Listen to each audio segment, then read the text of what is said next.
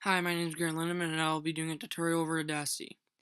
First, to get in, just click on Audacity, go to File, New, File, New, and there you go. Now right away, to get a song into Audacity, you go up to File, Import, Audio. And I can just pick any song. I'll just pick Summer from Calvin Harris. You can also do this by opening this up, clicking the folder, and then just dragging a song, but I really like to do this. It's less complicated. Now, just the basics in Audacity, your selection tool. You have your selection tool, you can click anywhere. It's kind of the most basic tool, I think. Click, you can play from there by using the spacebar. Stop, the square button right here. Or you can also use play right here. Pause, same symbols, not really anything big. You can use these fast forward, or you can use the keys on your keyboard. Second tool, the envelope tool. I use this a lot. Change the sound of the thing. So if you had a recording of your voice and you wanted to put a sound in the back, but you didn't want the sound to override your voice, you can maybe put this down, but then maybe that, maybe do that if your voice is right there. Third tool up here, the draw tool. Now, the draw tool is probably, you have to zoom in a lot when you use it. So we'll go to the zoom tool. Zoom in, zoom out. We'll go zoom in all the way until you can see the little dots on the line. Now this is really zoomed in. So now you go back to your draw tool and mess with this. You can go up, down, whatever you want. Now if you're really good, you can probably make your own little song and have it be really good, but obviously we're not going to do that. Zoom back out here. Obviously that little thing isn't gonna do much in a big song like this, but you'd have to change it a lot. The selection tool enables you to move it around. You use this a lot if you want to mash songs together. You can move this all the way back so you can fit another song in here, or whatever you want to do, I guess. Now right here, it obviously tells you the time of your length of your song. So this one's just under 4 minutes. And down here, go back to the selection tool. Shows you what your selection's at, 55 seconds. Or what minute you're at when you're recording. So audio position, 1:50. I don't use that much, but it can be helpful to some people. Now the last tool, the multi tool, it's the selection tool and the envelope tool. It has this blue line, just like we learned. Go up here, move it down. You can also select at the same time. It's a pretty handy tool, and you have to do a lot of editing in one day. Now over here, this little sidebar deals for all your bar. This song only, this bar. Now down here, you got all these split track, set rate, all those. You can mute. Here, I'll get another song in here quick. It's a little easier. File. Click on here. File. Import audio. We can go down. There we go.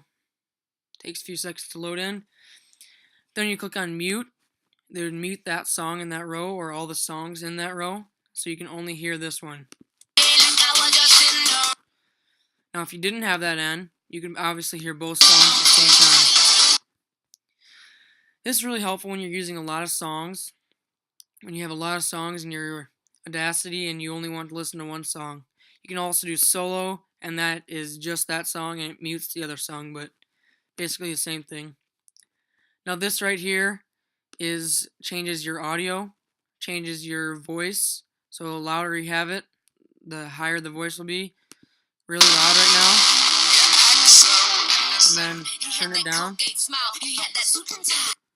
Or we'll mute this one, and then do that again. Play. You can tell the words are really low, and then move it up. Like you heard, if you move it all the way up, it doesn't sound very good. We'll unmute this. Some more basics. Cut, select, cut, paste. If I wanted to select this, cut it, see it's gone now, and maybe if I wanted to paste it at the end of this, I could do that too. Now, most people use it when they're recording their voice if you had any background noises, but we can use it here too. So if you want to remove the background noise, we can zoom in here. Use your right over here, find a spot. It's about 1.5 seconds of no sound at all. So we'll choose this one right here, use our selection tool, and get about 1.5 seconds. You should at least get about 1.5 seconds, but 5 seconds is okay too. Now go up here, go to effects, and all right here you can do echo, fade in, fade out, invert, change speed. I don't use a lot of these. Change tempo, change speed is something I use. The noise removal. So you get that, get noise, and then obviously it takes a little bit for that to recognize, and then go back, noise removal, and then you can choose what you want. If you turn this all the way up, it doesn't sound very good because it starts to get into your tone of voice, so you don't really want to turn it all the way up. I usually like to have it down here pretty low, so it clearly takes away the background noise, but it doesn't take away from your tone of voice. Now that we did that, we pretty much got all the basics covered, and then I'll go to the project I was working on for this last couple weeks and hopefully show you how to fade in and fade out a song. Now, one thing I didn't show is if you want to select a row, simply press Command A, selected all the song. That's a quick, easy way to select all of it. Now, if you also wanted to select something and then delete it, just press your delete command. But then if you didn't want to do that, go back to Edit, undo delete, and it's right there. Now, one little shortcut that I like to use, you see I have quite a few songs in here, is Shift Command F. Here it shows you all your songs in a vertical smaller thing so that you can see all of it and don't have to scroll down. Now we'll just get rid of a few of these bars here because they're not doing much. Now zoom in, and as you see, as I mash these together, as one song was getting end, I use my envelope tool and I decrease the sound and decrease the start of the other one and kind of overlap them. Now my best one's probably right here, and you can kind of see. Now, the reason I like that one probably the best is because of the beat. The beat, I found doing this thing that if you have the same beat of a song, it meshes a lot better than the songs that do not have the same beat at all.